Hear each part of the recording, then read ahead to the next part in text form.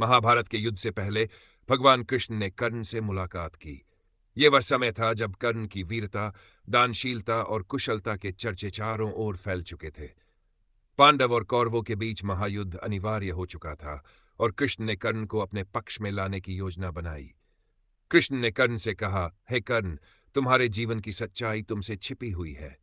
तुम कुंती पुत्र हो, पांडवों के बड़े भाई। तुम्हारा स्थान पांडवों के साथ है, दुर्योधन के साथ नहीं। तुम उनके भाई हो, उनका समर्थन करो और धर्म के मार्ग पर चलो।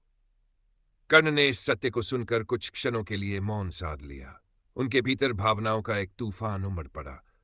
एक तरफ यह सच था कि वह पांडवों का भाई था और दूसरी तरफ दुर्योधन के प्रति उनकी निष्ठा और मित्रता। कर्ण ने अपनी आंखों में आंसू लिए कृष्ण से कहा, हे माधव, मैं आपके वचनों का सम्मान करता हूं। मुझे यह जानकर गर्व हो रहा है कि मैं कुंती पुत्र हूं और पांडवों का भाई। लेकिन आज मैं एक ऐसे व्यक्ति का मित्र हूं जिसने मुझे उस समय अपनाया जब मुझे पूरी दुनिया ने त्याग दिया था। कर्ण ने आगे कहा, दुर्योधन ने मुझे अंगराज का सम्मान दिया। जब समाज मुझे सूतपुत्र कहकर अपमानित करता था, तब उसने मुझे गले लगाया।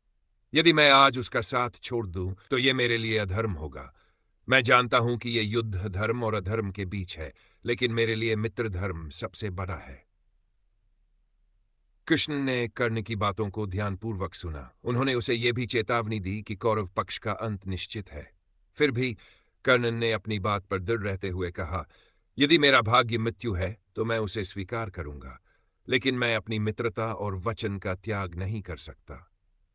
कृष्ण ने कर्ण की दानशीलता और त्याग को देखकर उनकी प्रशंसा की और कहा, हे कर्ण, तुम सच्चे योद्धा हो। भले ही तुम अधर्म के पक्ष में हो, लेकिन तुम्हारी महानता अमर रहेगी।